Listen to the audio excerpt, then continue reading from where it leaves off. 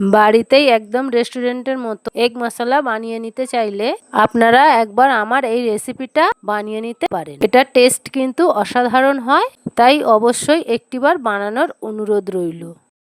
নমস্কার, আমি সুপর্ণা, আপনারা দেখছেন সুপর্ণার রান্নাঘর। আর আজকে আমাদের রেসিপি রেস্টুরেন্ট স্টাইল এগ মশলা। চলুন তাহলে রেসিপিটা শুরু করা যাক। এগ মশলা বানানোর জন্য আমি এখানে 6টা ডিম সিদ্ধ করে নিয়েছি, আর সাথে 2টো টমেটো সিদ্ধ করে রেখেছি। টমেটোটার পেস্ট তৈরি করে নিতে হবে। এবারে আমি ডিমগুলোকে ভালোভাবে ছাড়িয়ে নেব।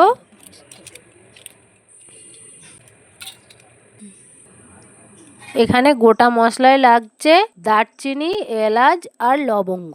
আর গুঁড়ো মশলাতে লাগছে আমার সব 1 টেবিল চামচ করে হলুদ গুঁড়ো, লঙ্কা গুঁড়ো, ধনে গুঁড়ো, জিরে গুঁড়ো। আর লাগছে আদা রসুনের পেস্ট 2 টেবিল চামচ, আর কিছুটা ধনিয়া পাতা, একটা ছোট বাটির হাফ বাটি টক দই।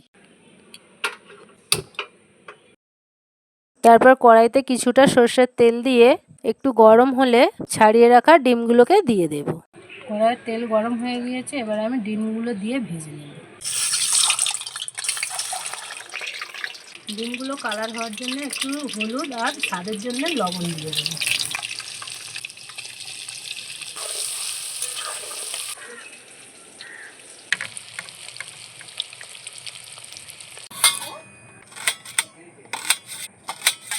এখানে আমি 4টে মিডিয়াম সাইজের পেঁয়াজ নিয়েছি, ওটাকে আমি কেটে নিয়েছি, নিয়ে ব্লেন্ডারে ব্লেন্ড করে নেব।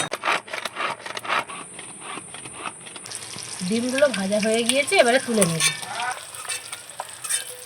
এবার একই ডিম ভাজার তেলে আমি পেঁয়াজগুলো ভেজে নেব। আর 4টে মিডিয়াম সাইজের পেঁয়াজ আমি এখানে দিয়েছি।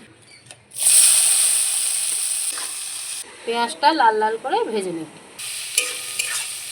পেঁয়াজটা ভাজা হয়ে গিয়েছে, এবারে আমি এর মধ্যে দিয়ে দেব কিছু গোটা গরম মশলা, 2টো পাকা লঙ্কা। পেঁয়াজটা ভালোভাবে ভাজা হয়ে গিয়েছে, এবার আমি দিয়ে দেব আদা রসুনের পেস্ট।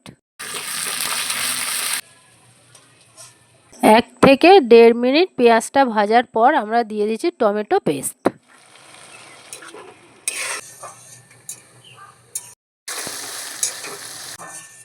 এখানে আমি গোটা গোলমরিচ গুঁড়ো করে দিচ্ছি, আপনারা চাইলে গুঁড়ো কিনতে পাওয়া যায়, ওটাও দিতে পারেন।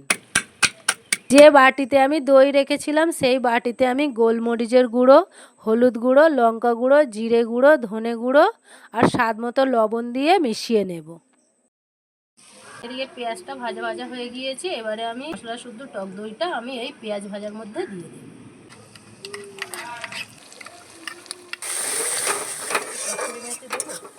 মিনিট 5 কষিয়ে তারপরে আমি জল দিয়ে দেব।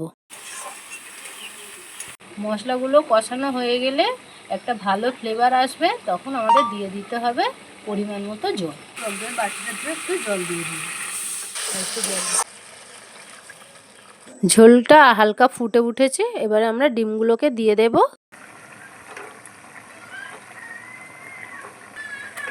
ডিমগুলো দেয়া হয়ে গিয়েছে, এবারে আমি এটাকে চাপা দিয়ে দেব। তরকারি আমাদের রেডি হয়ে গেছে, এবারে কিছুটা ধনিয়া পাতা দিয়ে নামিয়ে নিই।